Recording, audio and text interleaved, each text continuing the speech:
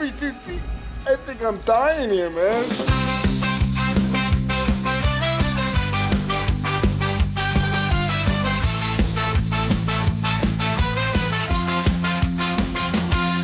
Through the haunted mansions and floors, the creek, they lead us to the places from which we dare not peek. A journey through fear and the realm of the night. In every word they speak, our hearts ignite with fright. Welcome to the horror show, the Deep Cut Podcast, where nightmares come alive, ready to take their blow. Tune in to the chilling delight on the airwaves of the night. Let the darkness grow. Let the darkness grow.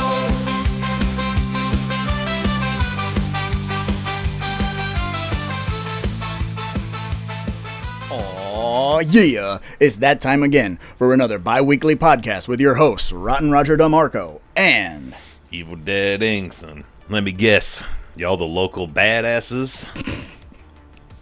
School let out early today? Must have been out of the,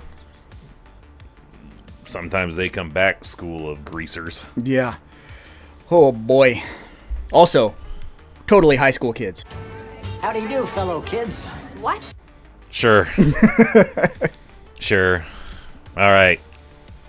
Time for part 2 of this, next of the journey of the Pumpkinhead. So it's time for Pumpkinhead II, Bloodwings. Bloodwings! Now, this is a movie you're more familiar with than me. True fucking story. And I'm curious how you feel rewatching it under the 3B lens, because my goodness, the opening credits for me personally could not hype you more. Andrew Robinson, Kane Hodder, Yeah. R.A. Mihailoff, Yeah. Linnea Quigley, Yeah. K&B Effects. I think his name is Joe Unger, Mr. Unger, Yeah. from TCM3, and Garcia from Nightmare on Elm Street, the Yes, guard. Sir. Yes, sir. This is one fucking stacked lineup of should be very impressive stars. Yeah. Also, don't forget, Jeff Burr directed. Jeff Burr. Also, our main baddie, whatever, greasy-haired dude is the lead guy from Return of the Living Dead 3. Also, underrated fucking sequel. But, yeah, this... Does all this deliver? To me, yes. But, with the asterisk, you know what I'm saying? Like, you gotta put a little asterisk there. It delivers not like the original Pumpkinhead. It delivers like a direct-to-video Jeff Burr Because this is like masterpiece, air quotes masterpiece. This like, is several years after the first one. This was like 1994, yeah, I want to say. 94. So yeah, good chunk of time after 88. The height of direct-to-video. Yeah, I remembered fragments of this movie. Just fragments that reminded me very much of Victor Crowley and Hatchet with the origin story we get in here. Yeah. So I'm curious that you have the affinity more for this movie than I did and do. When did you become aware of this movie in particular? And so why does it hold a closer place in your heart than it does for me? Because I don't have a nostalgia necessarily for it. I just have flashes of memory, and that doesn't really, transfer over to me protecting it from what I'm looking at. Because everything on that I mentioned is in this movie should make it a really amazing movie. It should be. This was, an all-star cast of, your favorite conventions horror, people. Oh, yeah. So, what is your backstory? When did Bloodwings come across your radar? This would have been like a 96, 97 type of deal. I know I saw this before the first one. That's what I was getting ready. I was going to ask next. I was like, did this begin your Pumpkinhead, lore? Oh yeah, absolutely. And this was a video store rental type of deal, and it was just wow, like this is a nice crazy cover art. Yeah. We didn't mention in the last one. I really liked the poster, the original poster for Pumpkinhead. Yeah, and this one's pretty damn good too. Yeah, it's got great cover art. It's got a stacked cast. A couple of Linnea Quigley titties don't hurt the the overall package. So, but it's This is our only movie in this franchise that has boobs in it. true. I mean, you get kind of close in 4 with the let me rip that girl. Sorry, shouldn't have said that word. Let me assault that woman. We'll just beep that out. Yeah, I'll definitely cut that out. But yeah, we get close. And close is not the same as being. I feel like you may see it if you look close, but I also it was wasn't. made for sci-fi. But no, this movie to me, man, it's just that right level of like Ice Cream Man-esque Ooh, yeah. ridiculousness. Oh my Your god. Dr. Yes. Giggles, your all these weird era. They're more goofy than they are meant to be scary. Yeah, movies. exactly. And so it was just like you said, it's a who's who. So you're like, oh man, look, there's Kane Hodder. Rad. Which I'm sure at the time no one's picking up on, but looking at it, if you're looking at it today with the knowledge that you have, like we have, we're like, oh shit, we are in for something. We are in for a treat. We You also forgot Amy Dolan's from Ticks Yeah, is the main girl. So yeah, that's another. I knew she looked familiar. I could not place her for something. I saw her and I was like, where the fuck do I know her Ticks. from? She's the rich girl. That's right. And she's from Witchboard 2. Have that too, and I Yeah. don't remember her. And that she's the main- shows how memorable she is for me. I was like, I recognize the face, but I couldn't tell you any of those things. Oh man, to me, she's like horror royalty. She's like a scream. She's a scream queen. I mean, obviously, Ticks is our wheelhouse. Pumpkinhead 2 is definitely my wheelhouse. I'm not a Witchboard 2. I've only seen it once. I have it, but yeah, And I saw it once at your house. That's where I saw it. We watched the second one together. You had it on. It was like Probably while put we on were the first one. I didn't know I don't remember any time putting on the second one. Yep. It's weird to put on the second one. Yeah, it was on one time, and Yeah. just like, yep, okay. But I'll take your word for it. no, I really enjoy this movie. Let's backtrack though. You got to give the good folks out there in internet land a brief plot synopsis. I may have to let you divulge this one because I'm just like, what the hell is this? Because this is not in any way seemingly tied to the lore of the first movie. So essentially, the old witch is about as close as we get. So Is that even her? Is it still her? Miss Osei. That's not Miss Haggis. No, so it's a different So old it's a witch. different old bitch out in the woods Yeah, who knows who has a son. resurrecting voodoo or whatever. Yeah, Is it her son or this is some kid she knows? I believe it's just someone she's taking care of. I can't remember the So old witch, taking care of not from the first one, taking care of a random kid, taking care of a hydrocephalic mongoloid out in the woods, and taking care of a young Victor Crowley. yeah, and Jason Voorhees all rolled into one. Yep. Out in the woods, and a bunch of greasers find him and They decide to kill him. decide to murder him because why not? And Saturday, got nothing to do. that's right, yeah. Out here cruising, might as well kill the local waterhead. So they kill him, and then we fast forward. They dump him into a well. Yeah, fast forward X amount of years to present day again, present day 94, and then we get a group of teens, air quotes. How do you do, fellow kids? What? And I know what you did last summer. The old woman But hit her here's on the the- fucking side of the road playing turning off the headlight game. Yeah, but so here's the thing.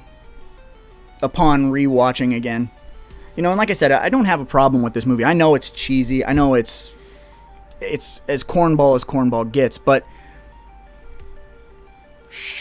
she summons the soul of Tommy, the little boy, or Pumpkinhead. She summons Pumpkinhead to exact revenge on these people for thumping her with the car. She's still alive. She lives like a week in the hospital. It's not like she died and then someone They called hit vengeance. this woman. They can't find her. They go to her shack. I love She's it. alive. I love it. They pass through a cemetery, and there's a few like little weird deep cuts that I dug. Like one, you can hear one guy go, "What's with the pet cemetery rocks all over this yard?" It's straight up Micmac burial ground. 100%. And they accidentally set this woman's cottage on fire. She's inside of it. She almost burns to death. I don't know who the fuck notifies the police of this fire that happens. She calls upon the demon for these kids.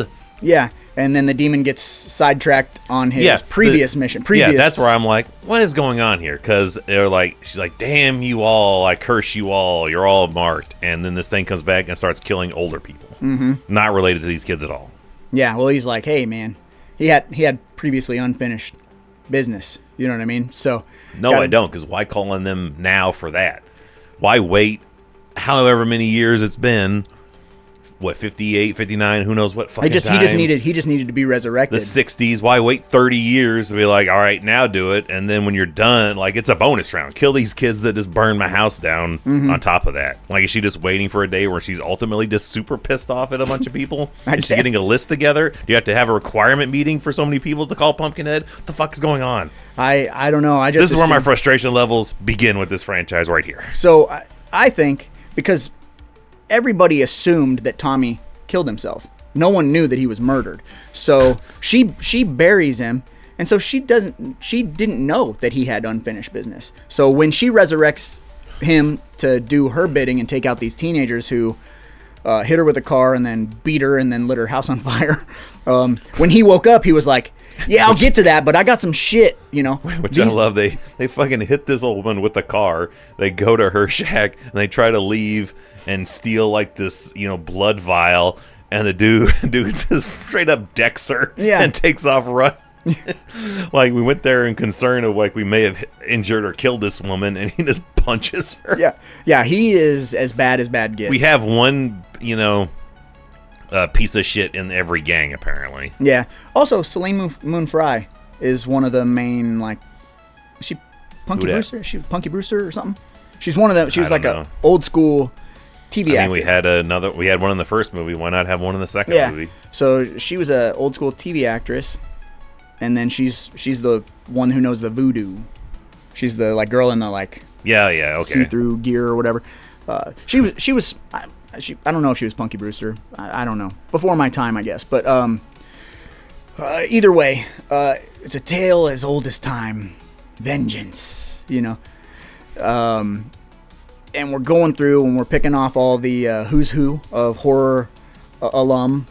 Yeah, I love that we start with Unger. He's straight up. He is still Tink from Texas Chainsaw 3. I just think that's who he is, man. It has to be who he is, and I love we're introduced to him. He knows that Pumpkinhead is coming, and all he wants to do is get his fucking hunting license money back. Yeah, I ain't hunting. I'm the hunted. And I love like, I just want my money back. Can I get my money back? I ain't doing shit. And then he just goes on about, you know, it seems like he's gonna get out of town. Yeah, but he's just feeding his hogs late at night. Somebody got to feed them hogs. Yeah, that's a Norm Macdonald reference. Deep cut. Yeah, but he is straight up just like, he is still Tink from Texas Chainsaw. Oh, yeah. Looks the same, acts the same, sounds the same. He's the same guy. I need to see like just an interview with him to see if that's how he talks all the time. Because, yeah, I mean, first of all, what an incredible character actor. He's awesome. He chews the shit out of the scenery. He kills it. He outshines Andrew Robinson. He does, and I love it. And I know it's everybody being cute, putting him as the sheriff of the town because he's the Scorpio killer from Dirty Harry. Yeah. They're just being funny, like they did in Cobra. The same thing, making him a snobby, you know, uptight, you know, police detective guy. Yeah. Although, you know, he's very... Robinson doesn't do shit in this movie. He's very nice. He's nice, but man, the first sequence... I like... when he's trying to do the nursery poem. rhyme? Yeah, I'm like, ugh. It's pretty rough. I hope that wasn't your audition. And I think that's partially to do with the cinematography of it. Like, it could have been done better, but if they do that weird, like, push in and do that crazy stuff... Mustache doesn't help, although it's part of being a cop. But I will say this. You know, when he first comes out to that well where all the teenagers are partying and his daughter is there, and they're all... The one in the greasy one with the trench coat, the kind of pudgier one that always looks like he's smelling a fart.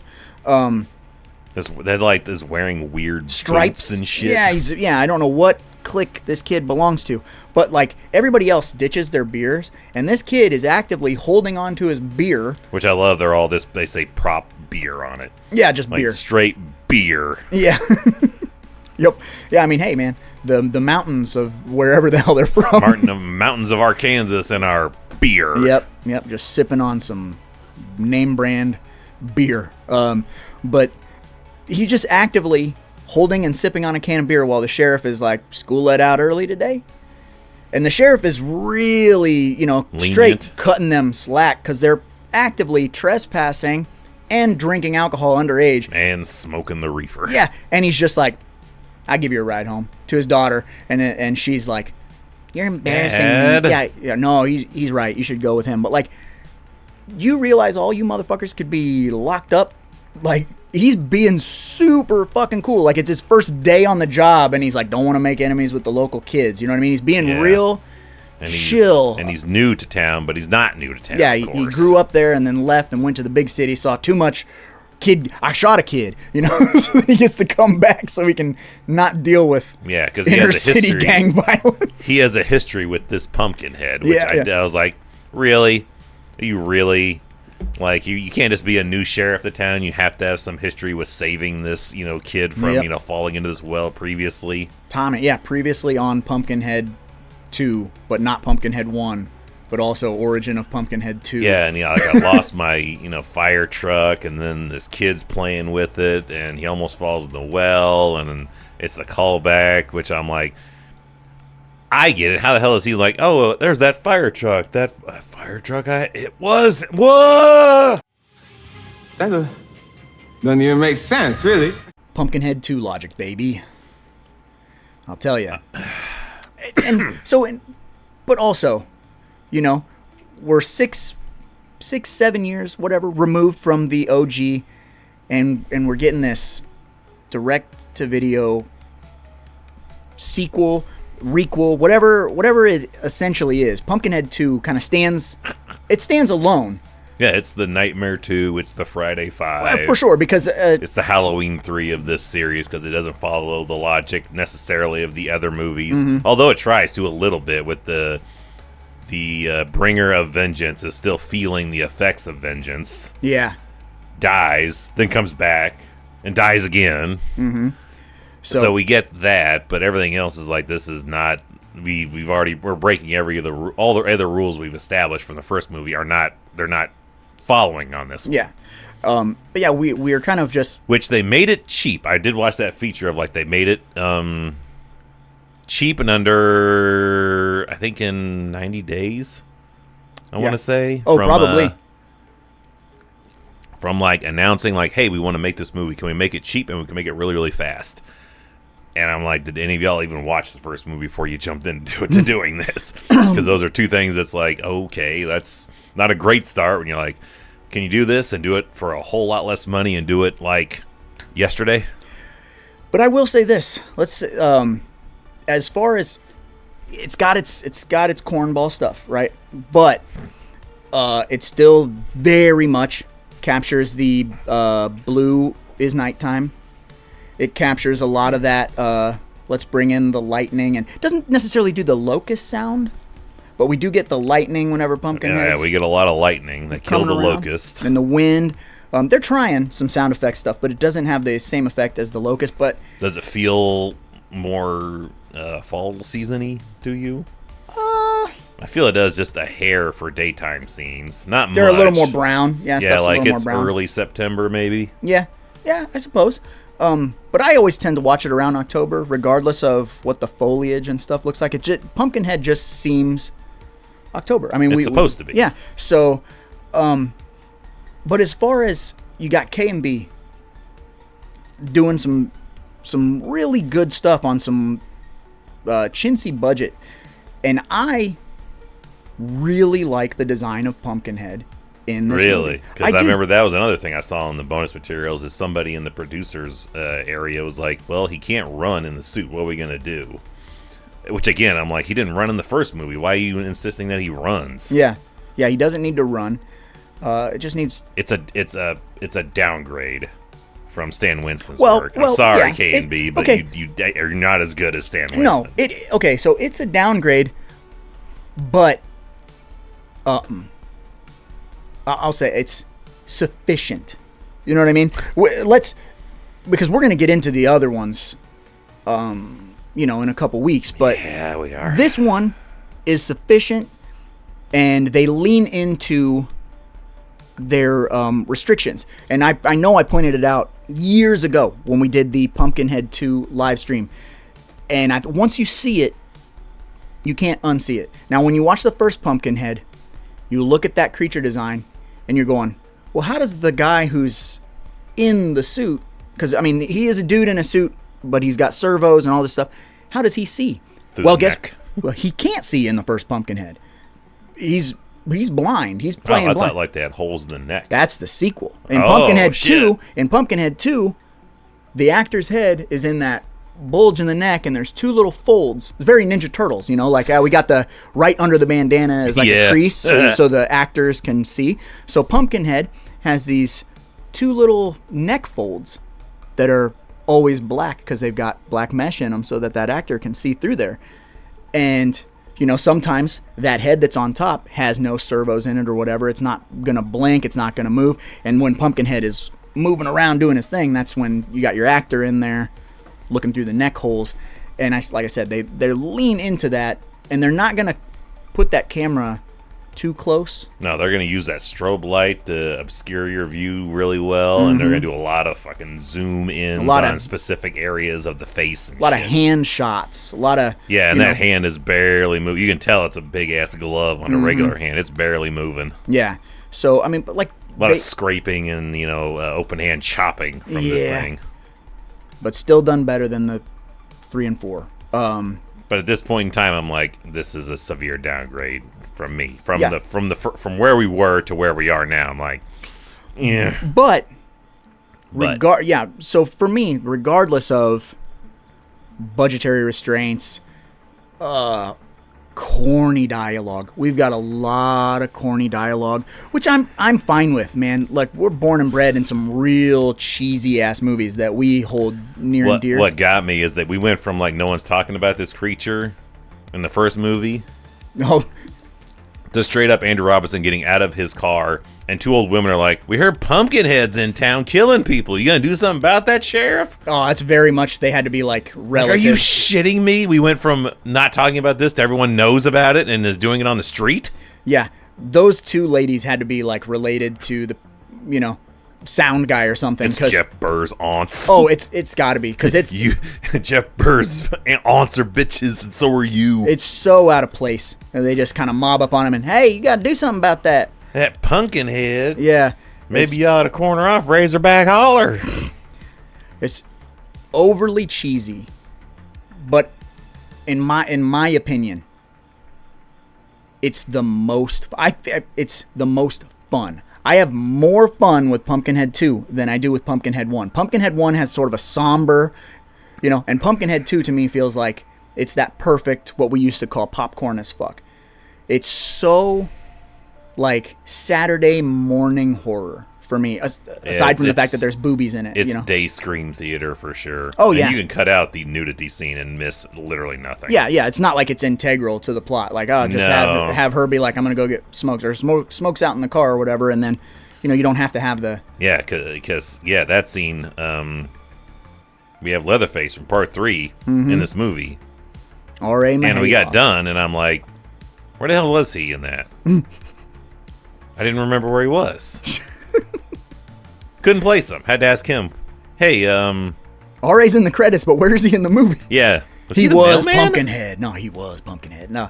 Yeah, I had to ask you, I was like, was he the mailman? Absolutely. Yeah, we have a mailman tagging Linnea Quigley in a barn. Yeah, like for you reasons. do. You know, I mean, that's runtime padding, but it's also, here's your check mark of 2 boobers in a Jeff Burr movie. Jeff Burr is real good about, like, hey, let me... Although, TCM3, we didn't get any boobs. But no, but then we, of course, have this beats the shit out of delivering mail. I'm like... Yeah. Swig of whiskey or whatever. What the fuck? Well, I mean, anything is better than that. Yeah. Taking a shit is better than delivering the mail. Fuck. Like, what? Like, who? He's not who putting, says that? Linnea isn't real high up on the benchmark. Man, if I was more well-versed, it'd be kind of hard not to get that stupid fucking line autographed on a picture from him. If I ever meet, I'd love to meet R.A. again. He was such a nice guy and super cool. I'd be like, the fuck's up with this line, and can you sign it again? Shit, I'll tattoo this on me. It's so goddamn ridiculous. He probably ad-libbed it for, you know, they're like, say something stupid, you know. Oh, that's the dumbest thing I could think of. Yes. Also, we get the subplot, which it ties back to the guys who officially killed Tommy. But the judge of the town is the father of the main baddie, and he's helping cover up the. What the fuck's up with the mayor of town? He looks like an '80s rock star. He's carrying the guitar case. That's Bill Clinton's brother. Jeez, like what is up with this guy? It's Bill Clinton's brother. What? Did you tune my guitar? That whole guy? Yeah. So this definitely is Arkansas then. Because that's where he's from. I'm like 100% sure that it's Bill Clinton's brother, and that was his debut in acting. I think it's in the special feature where they're like, that was my note. I was like, the fuck is up with this mayor and his haircut? And why is he carrying the Desperado case? Way better than the mayor in Halloween 2018 and Ends and Kills. But it looks like Billy Ray Cyrus a little bit. Yeah. But I'm pretty sure it's Bill Clinton's brother. That is weird. And we have to confirm that. And he was a musician, and he was trying to break into acting. And this was his niche in. His debut, yeah. I'm gonna make it. Which, I mean, that's a pretty cool little tidbit of history, I guess. I'm the president of the United States, and my brother was in Pumpkinhead II Bloodwings. That's right. Which that's another new thing is we now have a calling card for Pumpkinhead 2. Yeah, the old check marks. Have Bloodwings driven on the wall, driven on the wall with blood and scratch marks. And I'm like, again, we're in new territory here that shouldn't be here. Why is he leaving a symbol? You're just letting him know I'm coming for you. I'm coming for you, baby. Yeah, that is revealed way later that this crew of greasers are known as the Red Wings. Which, how would Tommy know that?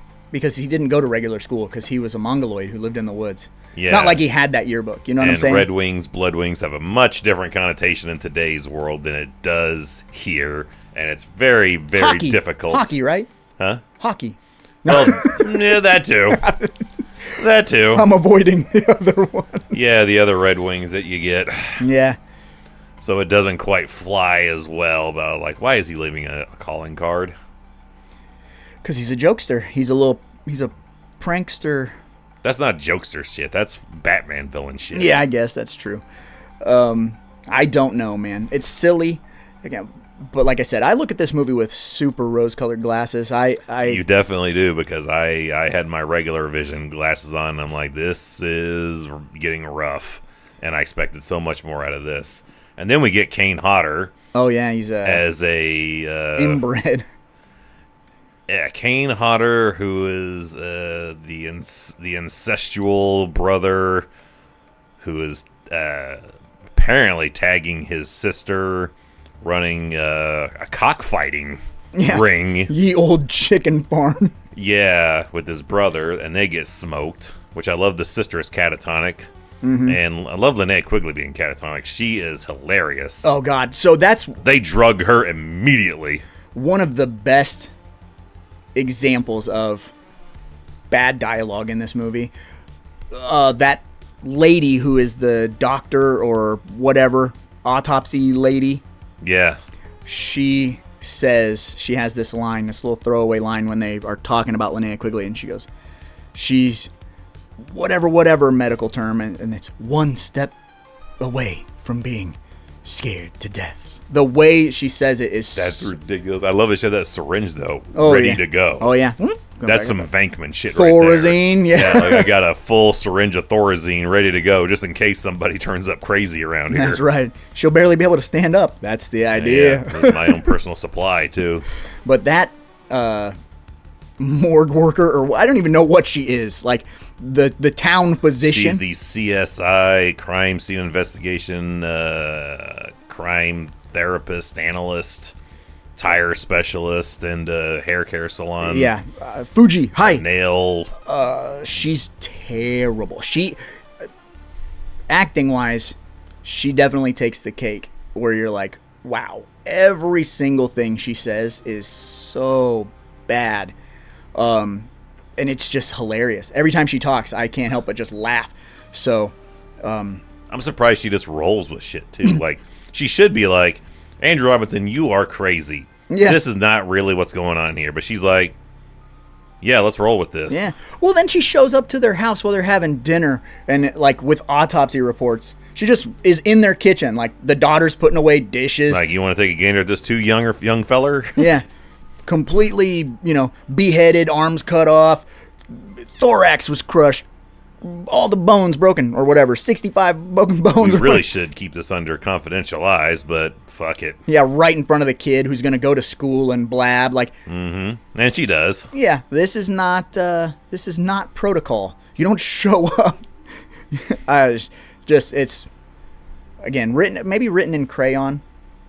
Like I always say, like, certain movies I feel have like that. This one feels more written on an Etch-a-Sketch. They yeah. write it, then shake it off. Written on a, like Sam Raimi wrote Evil Dead on like a napkins. napkin. Yeah, it's like 2 napkins. That's the whole movie, and it's like, we'll fill in everything. We'll figure it out, And again, it's fine because it's a direct-to-video, silly revamping of a tale, I guess. So it's like you don't need Pumpkinhead 2, and you don't need Pumpkinhead 1. Like, you can just pick or choose your flavor, what you're in the mood for. No, but they do rinse and repeat the end of this movie with the first one. We have our lead shitty guy holding hostage everyone else. And getting smoked by everybody.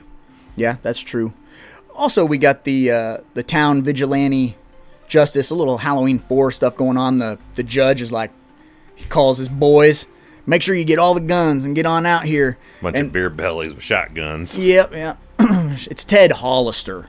And then that's exactly how we get the ending of the movie is straight Halloween 4. Like, yep. He saves Tommy, or convinces Tommy not to kill his daughter. Hey. Like, you remember me, don't you? I saved you. Yeah, we're buddies, you and me. We go way back. And so... how's that fire truck treating you? Yeah.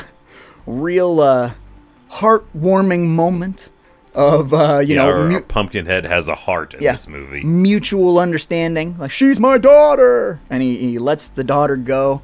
And you got to get out of here, Tommy. And then all of a sudden, 95 rednecks with varying shotguns. And and it's time to platoon Pumpkinhead while the sheriff's there going, stop firing! That's right. I said stop. The bullets will stop. Go. Please stop shooting him. He's already dead. Stop resisting. But one of the things that I hadn't noticed before... that's the end we didn't get, is Andrew Robinson rolling up and sprinkling some crack into the well hole and calling it a day. Someone's filming it, yeah. I had never noticed this before, but when they are platooning Pumpkinhead, we cut to a wide of Pumpkinhead taking all the bullets, right? Yeah. There's fishing line attached to the fingertips on each hand, and Pumpkinhead's like going like this every time he's getting shot. He's like, an angel. And I can see the fishing line because they're doing this really harsh lighting on it. And it's like Nightmare on Elm Street. We're seeing the fishing line from the extended arms. Yeah. That's what you're getting? It's so... I did not notice this. Oh, boy. It's so silly. And I was just like, God damn it. Like, I mean, I know they're just shooting like they made a cast, a rigid foam cast of Pumpkinhead, so they're just blowing away like one prop. They got stuffed it with squibs. And obviously it couldn't move. No one's in it. So they've got fishing line attached to it. But fuck, it looks so stupid. Once I noticed the fishing line, I was like... I taking you out of the moment. I was really angry about that. Yeah. Sad. And I'll see if I can find the footage and put that here. But the demise in Pumpkinhead 2 leaves a little to be desired as opposed to the demise in Pumpkinhead 1. Well, although Halloween 4 is the best comparison. Well, if that's a disappointing execution, what would you say is a perfect one? It's a perfect execution. Chop 'em up. It's a perfect execution. Covered in blood. It's a perfect execution. Just make it dumb. It's a perfect execution. And it's always fun. Fun.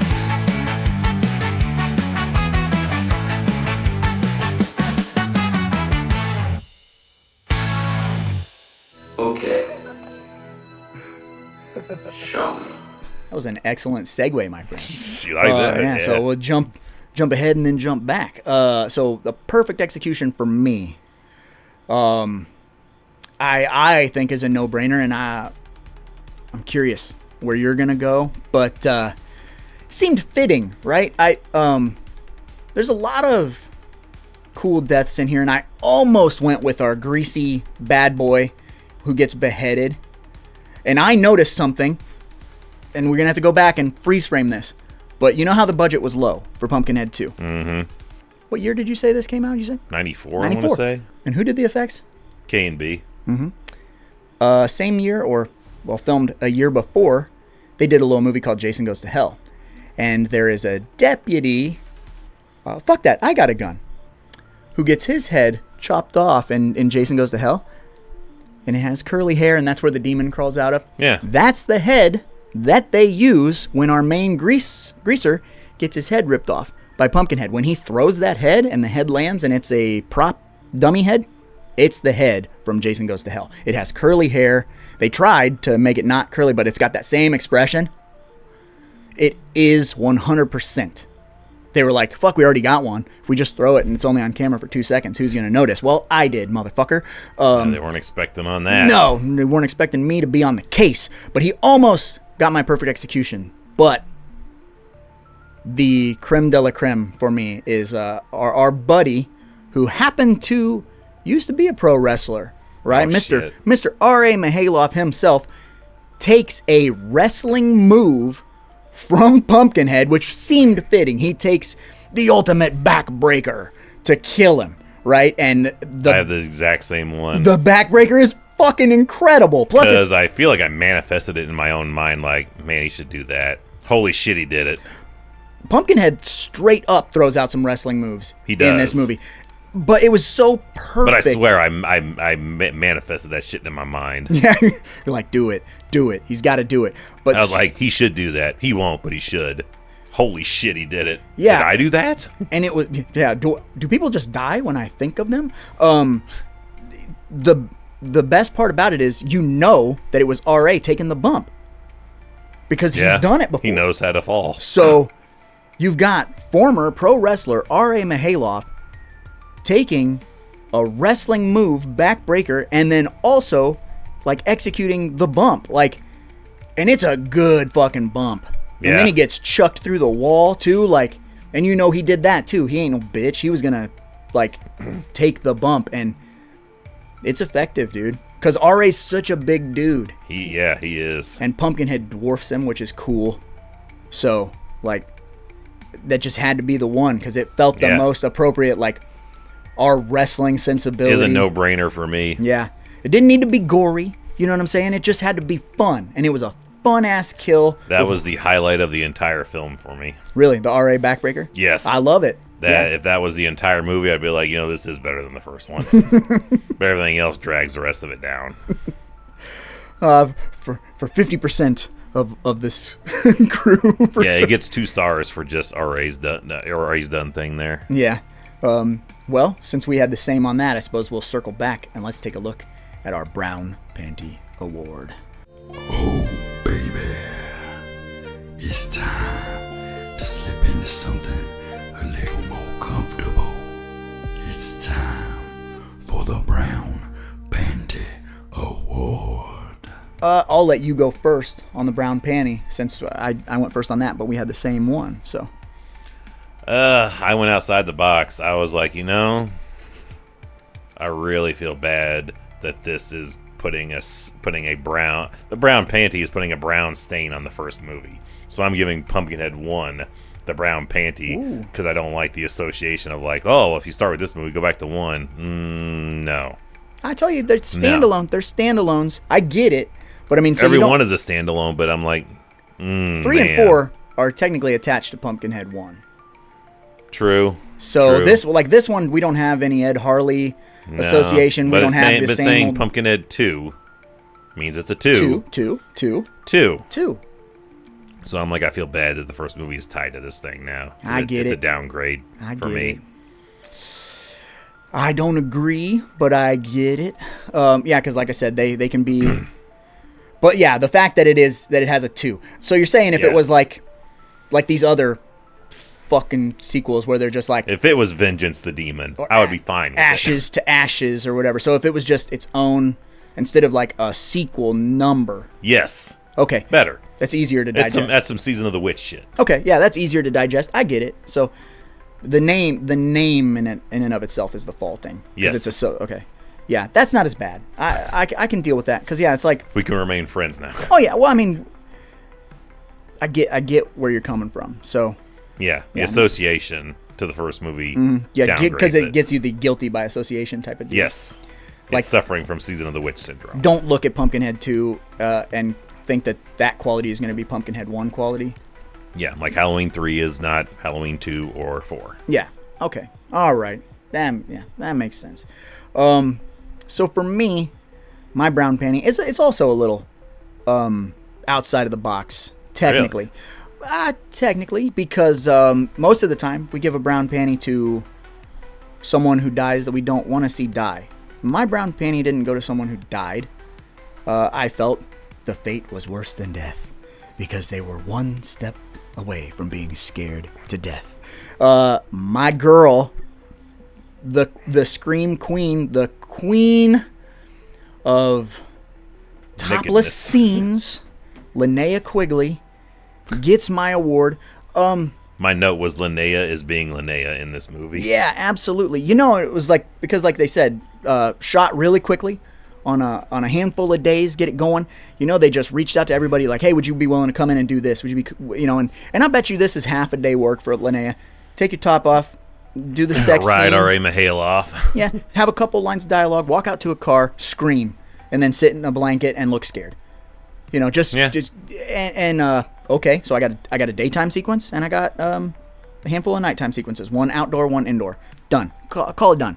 And she is, you know, she's a professional. She comes in, does what she does, and there is nobody better than Linnea Quigley at doing those types of things. I need to be nude. I need to scream. Okay, like you can always count on her to deliver. And yeah, she gets my brown panty because she got scared catatonic. She got Barbara from Night of the Living Oh Dead. yeah, straight up, Johnny. Oh, we'll get to leave soon. Yeah, That's good. yeah, you will. And then Ben just gets to slap the shit out of you. Nobody did slap Linnea in this movie to try and get her to. That'd probably get her wits about her. Get a hold of yourself. Yeah, women get slapped in the first Pumpkinhead. We're just missing that. Does she get slapped or does she just get pushed on the Oh, I guess she floor? gets the old. Yeah, you shake the shit out of her. Yeah, the shaking You don't hit a woman. You just shake the shit out of her. real Chris hard Rock style. Yeah. Yep. You slap Chris Rock. Like our women shaken, not stirred up or whatever. I don't know. Yeah. But I suppose on that note, we'll move on to our next segment, which is the Walter Paisley Horror Movie Survival Guide, and get one tip on how to survive Pumpkinhead 2. There's a rule that you must abide on every page if you don't wanna die. This ancient book will help keep you alive. So pay attention to the tips of how to survive.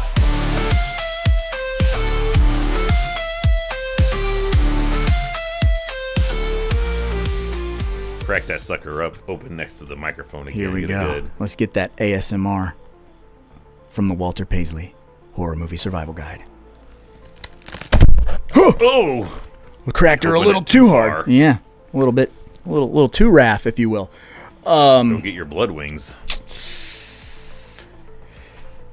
Someone out there listening has earned their Bloodwings. I have not, and I don't intend to. I'll just wear my jersey. Yeah, don't be scared, homie. Earn the Bloodwings. Not saying I have. I'm just saying don't be scared, homie. Pennies and ravioli. Glavin. All right. So Mr. Walter Paisley has the utmost knowledge when it comes to certain things on how to survive your films, how to survive your Now- situations. Now, just a mild refresher, in case you don't know, who is Walter Paisley? Mr. Walter Paisley is the greatest character actor of all time, the one and only Dick Miller, one of our patron saints here at 3B Video. We are big Gary Busey fans. We are big Dick Miller fans. Big Buck Flower fans. Big dick fans. Yeah, big dick fans. Hashtag big dick fans. There's another shirt. Oh boy. Reef Hashtag motif and big dick fans. more dick in horror. Mr. Walter Paisley, literally one of the greatest character actors of all time. A man of knowledge, a man of power. This is true. Now, some of these survival tips come from many moons ago. I was going to say come with a heavy price. They do come with a heavy price, if you're willing to pay the price. But some of them are not necessarily PC, if you will. So Damn foreign cars. yeah, that's right. I hate cul-de-sacs. Only one way out. But the survival tip that Walter Paisley feels is the most effective for Pumpkinhead II Bloodwings would be to avoid your hate crimes on handicapped kids or hydrocephalic kids. Mongoloid children. Avoid the hate crimes. You could just say special needs. Yeah, I mean, well, that'd be... Yeah, I would cross that out and put, special needs. Someone in need of some extra attention. Yeah, he just wants to play with his fire truck and eat his oatmeal gruel. Leave the poor fella alone. And we're set in the 50s. We're thick in the woods of hate crimes. Probably eliminated all the other ethnicities from the area. They got to pick on the Mongoloid. Laddie, give me a rope and find me a tree. Oh, now I see it. Now I see it. Stop being so fucking racist or evil.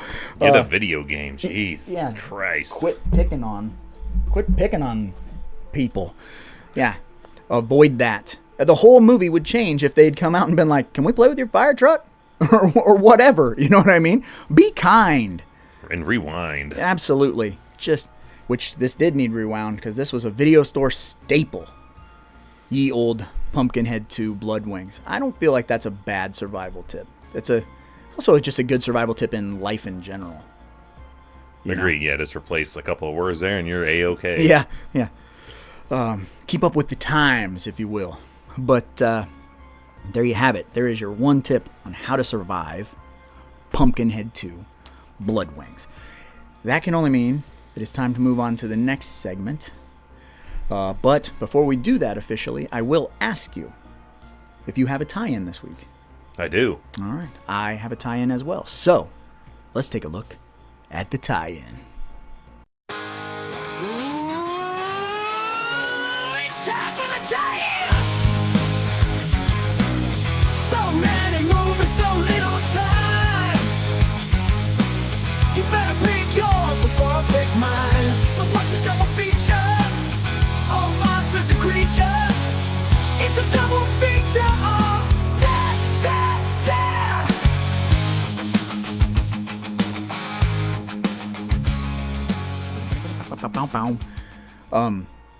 Do you want to go first this week? Sure. Senior? All My right. tie-in is a movie that is a sequel as well. Okay. That is better than the first movie. Oh. So reverse from this one. Ha You're Yeah. wrong. No.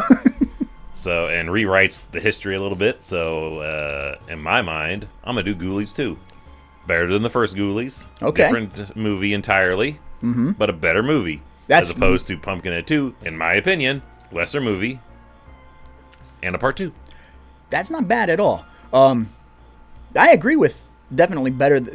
It is definitely better than the first, which is where I can say, That first one is really tough to sit that's through. tough, man.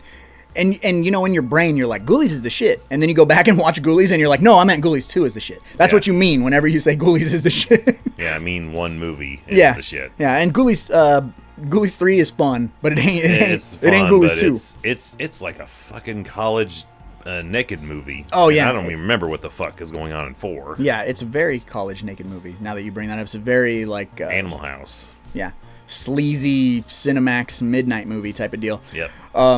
I like your tie-in because I agree with the sequel being better than the original, and I feel like that fits for Bloodwings because I feel like it's two different flavors of popcorn, and the Pumpkinhead 2 Bloodwings flavor, like you said, pennies and copper, or Ravioli. pennies and ravioli.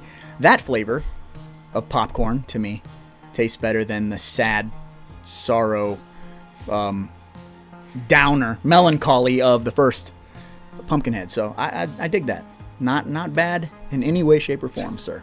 All right, what you got for yours? Well, I mean, I felt like, what is it that I like so much about this? You know, I think tell me. I genuinely like Jeff Burr, and I feel like Jeff Burr always. We've watched a number of special features where Jeff Burr is like the director on a movie, and he's like, "They fucked me. I can't believe I got fucked." Like, They fuck you in the drive-thru. yeah, and he's always. He's a jovial dude, but in all the special features I've ever seen, you can tell where he's like, fuck, I just want to do this movie the way I want to do it. And like, there's always something that is stopping him, and he pushes through and he makes a movie. And 9 times out of 10, he'll be like, take my fucking name off it. I'm over it. I'm fucking over it, guys, by the time he gets done with it. But I love Jeff Burr. He I hates love what he's done. yeah, I love the passion. I love the, like, getting started making a movie Jeff Burr. Like, I'm going to do it. It's going to be rad. And then the end product, Jeff Burr is like, fuck. Shoot me, shoot it, and set everything on fire. Yeah, please, God, just kill me. But, and he has a tendency to be a director of a lot of stuff that we really like, is in our wheelhouse. He is at Harley at the end of the first movie. He's like, just kill me. Yeah, please, do it. Put me out of my misery. So I went with Jeff Burr. I also went with sequel that in our eyes, better than the original for reasons. Things that we truly gravitate towards. Plus, I also went with our main homie, Joe Unger, also being a tie-in. And Tank. Being Tank from unequivocally not up for discussion, will die on that hill, one of our all-time favorite movies, Leatherface, Texas Chainsaw Massacre 3. Yep. I understand the hate, much like I understand the hate for Pumpkinhead II Bloodwings. And it can be warranted for certain people. But they walk hand in hand with me of like, goddamn, that was fun. And I feel like that's a perfect, doesn't matter how you start your night. I'd probably start my night with Pumpkinhead 2 on the lighter end. Good choice. And then end it with Texas Chainsaw 3, which I also feel ends on a real high note of, yeah that was fun. You know? It was. So That would be my order. Yeah. So I didn't ask you how you would start your night. Oh, I'm ending with Ghoulies too. I'm ending on a fun note. Okay, yeah.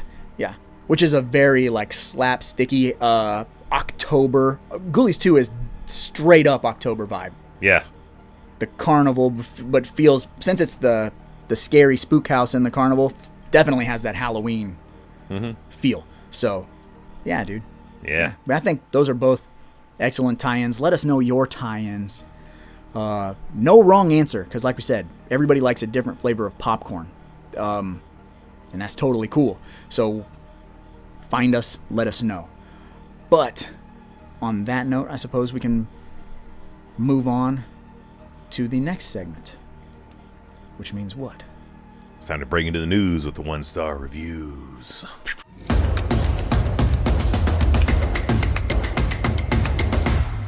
Hated it. Welcome to the 1-star reviews from Tom Servo. Tom Servo? Oh, wow. All right. That's a deep cut. His picture is even of Tom Servo. Nice. Props to anybody out there who gets the Tom Servo. A lot of people should, but Who is Tom Servo? I'm just going to say, a little Mystery Science Theater 3000 love. And if you don't watch Mystery Science Theater 3000, you're fucking missing out. Yeah. 1 star from July 18, 2003. Whoa, 22 years ago. Mm-hmm. How does that make you feel? Old. Just 2 decades ago? Not obsolete. This movie is so bad. The good thing about it, Kane Hodder was in it. Jason Voorhees. The acting, lol, is terrible. LWOL is so incoherent. I don't know what LWOL in caps is. Do you have any idea? I don't. Someone out there who's Well, this is 22-year-old internet slang or whatever we just said. So someone who's hip on What's lullable in 2003 terminology? on the old, whoever's up to date on the antiquated internet slang. We're so fucking old we don't even know old internet slang. Yeah, this flick killed the Pumpkinhead franchise. That could have been a good, long, and profitable franchise. Whoever directed this, Jepper, please don't waste someone else's money or your talent, lol, on another movie again. Please! All caps. Oh boy. Boy, Tom Servo's pissed. Not real thrilled about Pumpkinhead 2 Bloodwings, and that So we're just going to go ahead and mark out Ashes to Ashes and Blood Feud. Just don't do that, or that, or that. So it's interesting that he said killed the franchise, which I don't know that it killed the franchise. It did take like another decade. I think it lit the fuse. Yeah, And probably. the other two movies are going to be the B-O-M-B bomb, bomb, bomb. Could be. Bad, bad, bad. Let me ask you this. Ask me this. So Pumpkinhead 2, Yes. technically, this guy's saying killed the franchise. How would you feel now? Here we are, 2025. Long time since 1988. If someone were to come out and say, you know what, it's time, reboot, reimagine, we're bringing Pumpkinhead back, we're doing a new standalone, it's its own thing. Like, are we legacy sequeling it, or are we I don't think we rebooting legacy sequel. We entirely? just whole new deal. Because Okay. again, with the legacy sequel shit, which they tried. It's what's in now. They tried with these made for sci-fi movies that are coming up in a couple weeks. I don't know if they really, really tried. Okay. Yeah, I mean, but they are in a sense legacy sequels. If whether or not they tried, they made legacy sequels. We'll say that. Let's say Blumhouse. Even though I'm so anti-Blumhouse. You sure A24 wouldn't be doing this one? Grief-stricken wise? That wouldn't be a bad. Lean into the grief with A24. Yeah, that wouldn't be a bad fit. And they'd probably have some pretty gnarly body horror type stuff going on. We might get like a super sick transformation. That's not bad, dude. I like that. But Yeah. but if someone big, were to acquire the rights, and Blumhouse, Miramax, their whole little subsidiary, whatever, and we were given that Exorcist believer budget, we're bringing back Pumpkinhead, and we're hoping to God we ignite a franchise. We're not trying to do a one-off. We're trying to ignite a franchise so we can get at least 2-3 sequels out of the when deal. they start that way, but okay. Like when they brought back Halloween, they were like, we're going to try. We're trying for 4 I more. feel like just make a movie. Just to see. Be good with it. Yeah. If you can do another one, yay. Yeah. Yeah. If not, that shouldn't be your initial goal. But I think in 2025, I think that a Pumpkinhead reboot is not a terrible idea. I thought you were going to be like, who are you going to put in it? Who's your star? Who's your Lance Henriksen? So that's Are you doing the first story again? Yeah. So I don't really. Is that what you're going to do? Is how the first story plays out? Yeah. Just A maybe whole doing new origin story. but the same format. Yeah. Something tragic happens. Okay, so who's your Lance? I don't know, man, because like I said, I'm not Is really it, like is it the Mr. Now of the? Pedro Pascal. Yeah, or I whatever. literally. I love. I just say the here and now guy, and you're like, bam, that guy. That would dude. be, he's the guy. He's in everything. And a lot of people really like him. But I don't know. I feel like you need. You know who would be awesome that isn't like a Mr. Now? Matt Frewer. Oh shit. You know what I mean? Like, you got to have like old. He's an old guy. He's a seasoned actor. He can act his ass off. We know that. Something like that. Someone who's been Okay, around if a we're gonna go hot an minute. That's older a character gentleman- actor. If we're gonna do an older gentleman route, I got it for you. Someone you would not suspect. and it would be eerie to see them turn vengeful. Okay. Morgan Freeman. I think he's on like death's door right now, though, dude. I think he's like actively dying. Probably by the time this podcast. Aren't we comes out, all are though? I think he'll be like okay, but picture Seven or Batman. Morgan era. Freeman, like him just being him, and then just turning, getting mean, getting vengeful, getting hostile. 'Cause I feel like those guys really like convey a fear when you see a guy that's always a nice guy, always a smooth operator, suddenly just break. You crossed over into the dark side. That's not bad. Yeah, if we were able like to, if we had the abilities, like Paul Rubens would have been really cool. Yeah, rest in peace, man. Yeah, if we could go Robin back Williams. if we could go back in the Wayback Machine and give back Morgan Freeman some years, you know what I'm saying? Or Steve Martin. Yeah. Let's go really. I don't like him. I don't like him as that. Steve Buscemi.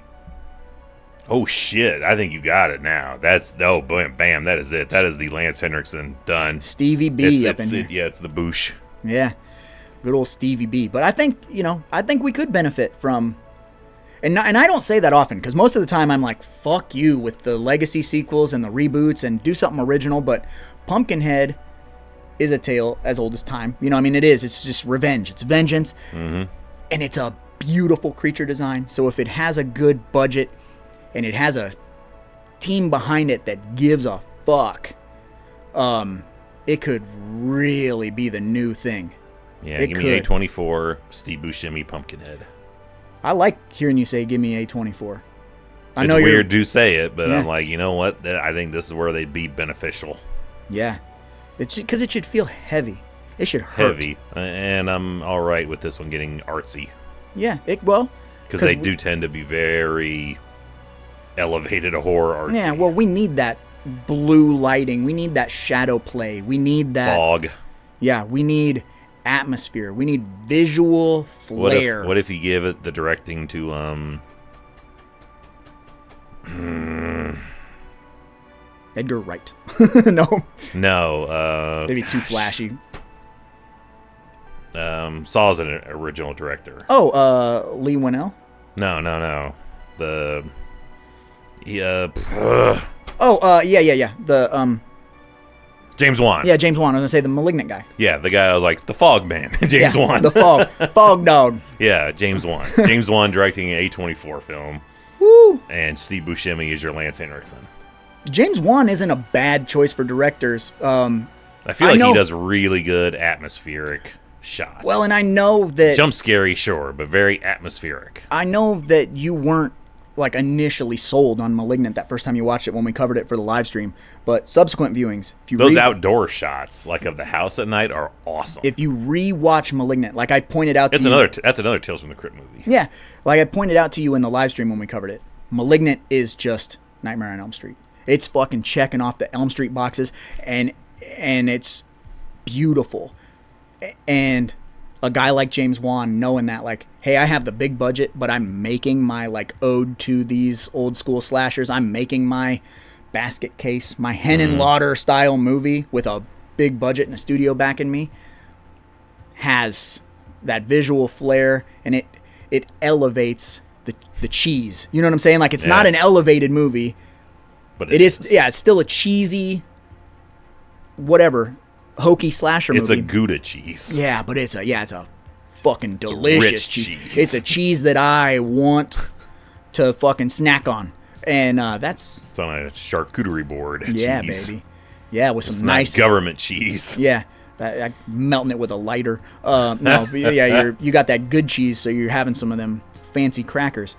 But yeah, I think we're onto something here with a Pumpkinhead remake, reboot. We just made the formula. Go do it. Hook it up. I would throw money at James Wan though, for real. Like, here's a $5 bill. Let's go. I will give you money. Give me money now. Where the hell were we? We just got done with time. We're in the cabin. We're talking about Pumpkinhead 2. We're in the midst of the October vibe, talking the Pumpkinhead franchise. Which also blue lighting in here. I hope it feels nice. Blue is night. It is nighttime. Nice and It's actually a little warm in here because of that fire, I think. But what's the next segment? Where are we at? I'm completely lost. Well, I'll bring you back to boom. There goes gravity. Boom, back to reality. Oh. It is time to play the prop game. Time to play the game. Time to play the game. It's all about the game. And now you play it. Give me my left headphone ain't working. Give me more harmonica.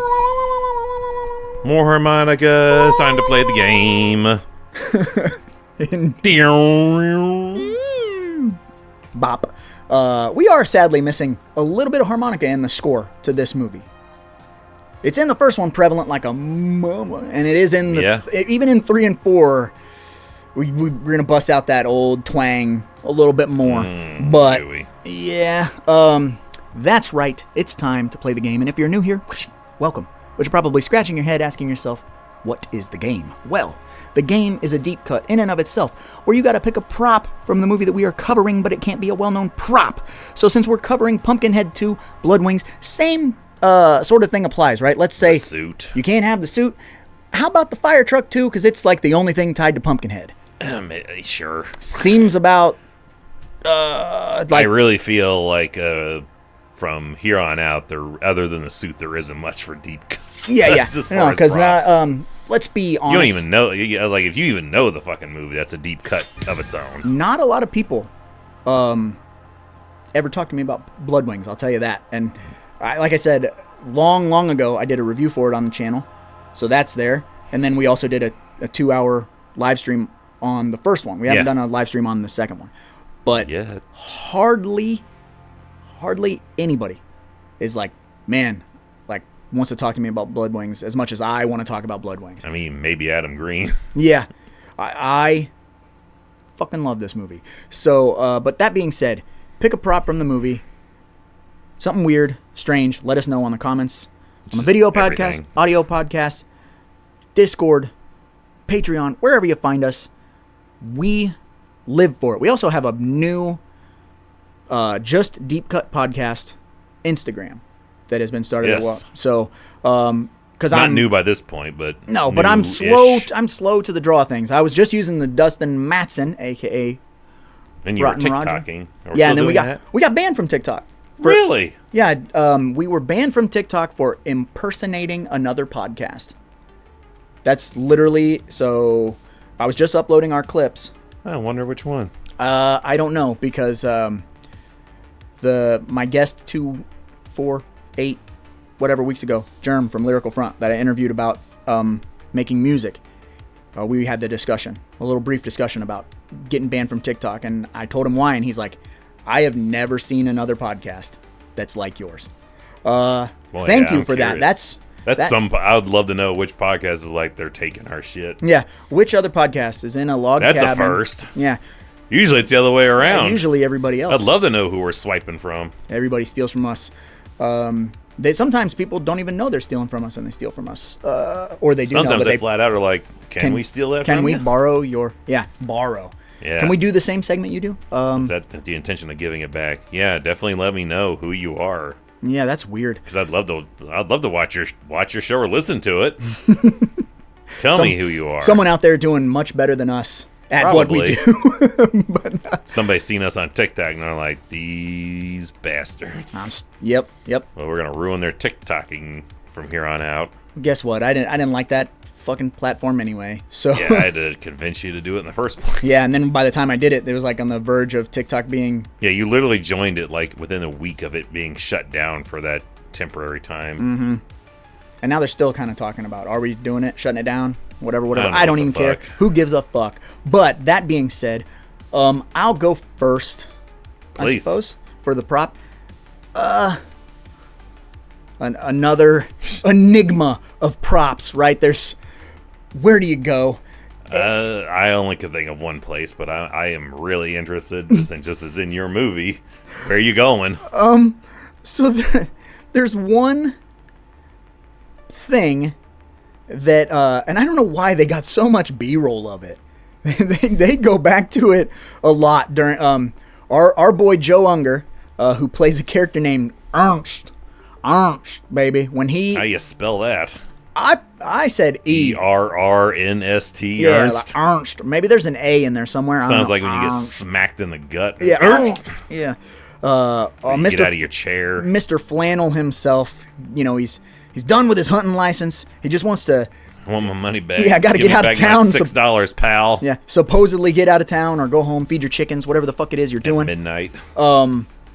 He's in his barn, and the vengeance itself comes a knocking, and we keep cutting to B-roll of this stupid pig wind chime. We keep cutting back to it. We cut back to it no less than 4 times. I was more distracted by the very, very wide shot of the corpse afterwards. Oh yeah, was like the torso. Yeah, it's just a straight up fucking dummy laying down. I there. love that the whatever coroner's like crushed thorax. Like, well, no, he's missing his fucking head. Like, of course his throat is crushed. I don't like. Good job, Doc. My back is broken. Yeah, spinal. But yeah, so my prop is this goofy ass pig wind chime. First of all, my wife loves wind chimes, and she's You could always probably like, go to a fall fest and somebody will make that shit out of snag beer one up. cans. Yeah, my dad used to make wind chimes all the time, and Or big make old. those airplanes out of old beer cans. Yeah, oh yeah. Well, I mean, yeah, he'd have to have beer cans that weren't like mushed down, because he's one of them. He's like the guy from the Blob. I mean, I crush my cans when I'm done with Yeah, them too. stomp on it with an iron Nah, I frying just pan. twist it with my hand. Oh, what if you cut your hand on? That's why I twist it first. But yeah, I want that stupid pig wind chime. I just think it's so dumb and it's egregious. Go back and just watch that sequence. Well, they gotta find a ways to cut around their immobility of the suit. Yeah, with To aside the from extent of killing is this. woof, woof, woof. Yeah, a couple good swipes, but and you're gonna have epilepsy from the strobes. But we keep cutting back to that wind chime, and after about the 3rd cutback, I went, I guess that's my prop because that's fucking stupid. Why do we keep? I just was laughing about it. I'm like, all right, the pig wind chime. Put it down here in the next to the broken window every time we get a gust of wind. Well, to stay in the thing that just made me laugh of overuse, I'm going to take the strobe light that they are consistently using on a very high run basis. Like, how you can turn a strobe light from tink, tink, tink to tink, tink, tink, tink, tink, tink, tink. It is nonstop. Tink. I'm convinced. Every single time you see it. And it's just to hide, the defects of the suit. Yeah, for sure. But, It's aggressive. I'm convinced. extremely. I'm convinced it's just attached to the top of the camera. It's like wherever the camera points, you blink. You know what I'm saying? Yeah. Has to be. They definitely had a strobe light budget. It's a bigger star than Pumpkinhead himself is to me in the movie. Like, you just cannot get away from this strobe light. No. And it will send every epileptic into a fit in record time. There's also it kind of should come with a warning on the movie itself. Yeah. Like Pokemon episodes or whatever. Yeah, it needs it because it's insane how much use it gets, and it's starting to make me chuckle every time I seen it. So I just had to take. That's my thing. I want this ridiculous ass shit. What do you think there's more of in this movie? Strobe light or flannels? Strobe for sure. Strobe. Everybody in this movie is rocking flannels, sleeveless flannels with hoods. What year is it again? Oh yeah, We're 94. mid-90s, man. We're in grunge central. Yeah. Grunge is in. Flannel is in. Combat boots, which they're wearing, is in. Yeah, it's aggressive. Aggressive. Ooh, we also have a flannel. Book of Shadows reference. I was like, ooh, a Blair Witch deep Oh, cut that's before true. Blair Witch 2. Yeah. This looks like a Book of Shadows. Like, bitch, what are you talking about? You don't know what the fuck. Which actually ties in to Blair Witch because that's when they actually disappeared, was in the summer or the fall of 1994. So searching for Pumpkinhead II, they found the Book of Shadows, and those 3 kids went missing up in Maryland. Maybe that's where this is. Maybe it's not in Arkansas. Maybe A it's year in later, Maryland. their footage was found. Maybe Bill Clinton's brother's in Maryland and not Arkansas. Makes as much sense as anything else does in this movie. Yeah, that's true. Yeah. Well, that's not a bad prop pick, dude. I can't fault you for that because that is the they lean so heavily into this strobe light. You cannot be distracted. You cannot not be distracted by it when you see it for the second or third time. You're like, okay, here we go again. Lots of strobe. We do kind of dial that back in the next couple of weeks. We dial back the strobe. Yeah, a little by bit. 4 we're done with the strobe. All we have left is the music stingers. Mm-hmm. So we've lost the locust sound. We'll eventually lose the strobe sound. Assuming if we got another one, there would be nothing left of him. Yeah. He has no calling cards anymore. Okay, Which is a shame. I like calling cards for my killers and having a profile. And before we wrap this up, let me say, I just want to bring this up because in 2 weeks we're going to be... in 2 weeks, the franchise becomes ashamed of its age, and we don't get numbers anymore. We don't get a Pumpkinhead 3, Pumpkinhead 4. We get Pumpkinhead : da-da-da. Yeah, we get subtitles, if you will. But this Pumpkinhead, right? This is the last time we're gonna get to see this for real. The blue lighting, and especially Short runtime too. This is about the same length as the first. it's movie. about 80. It's under 90. Yeah, it's about 83 minutes or something. It's a short boy. It's nice. Again, it's a snappy flick. Never really drags. It's just constant death scenes, constant whatever. But we're gonna lose nighttime Pumpkinhead, which is very important, I think. Because again, like you said, we're using the strobe light to lean into or to hide imperfections of the suit. But they do still use blue lighting and shoot it at night. Like for real night. Sometimes there's maybe there's 1 or 2 day for night sequences, but for the most part, we're having a lot of shadows, a lot of darkness, a lot left to the imagination. Yeah. No, no to help clear the suit. cutness. Yeah, because we gotta help the suit. We gotta make it seem that it costs like a little bit more money than it did. And in 2 weeks, we're done with blue lighting and actual night times. We're doing a lot of day for Mini night stuff. spoiler. I think the next 2 movies is somebody bought a really good replica, like Comic-Con suit of Pumpkinhead, and they need to justify it. So make 2 movies. So, and I just wanted to just say that out loud, like as many problems as you or other people may have with Pumpkinhead II Bloodwings, we at least are getting nighttime shoots. We're at least getting the blue light. The strobe is aggressive. It's egregious. I will give you that. But like, in a funny way. You know what? You know that old saying, like, you're gonna miss me when I'm gone. And we're about to be missing the Pumpkinhead II Bloodwings Pumpkinhead. We're about to be missing Pumpkinhead. Yeah. And so hold on to Strap it, dear. in. Yeah, hold on to it, dear. We're about to get as dirty as the Wallace Boys. Appreciate Pumpkinhead 2 a little bit more while we sit here. I may have a spoiler for you, though. We reflect. When we get to 3, you may be surprised by something. Just saying now. But on that note, I suppose we should probably get going because, after all, there's a lot of movies out there and somebody's got to watch them. So why not us, right? It's him, Danny. He's here.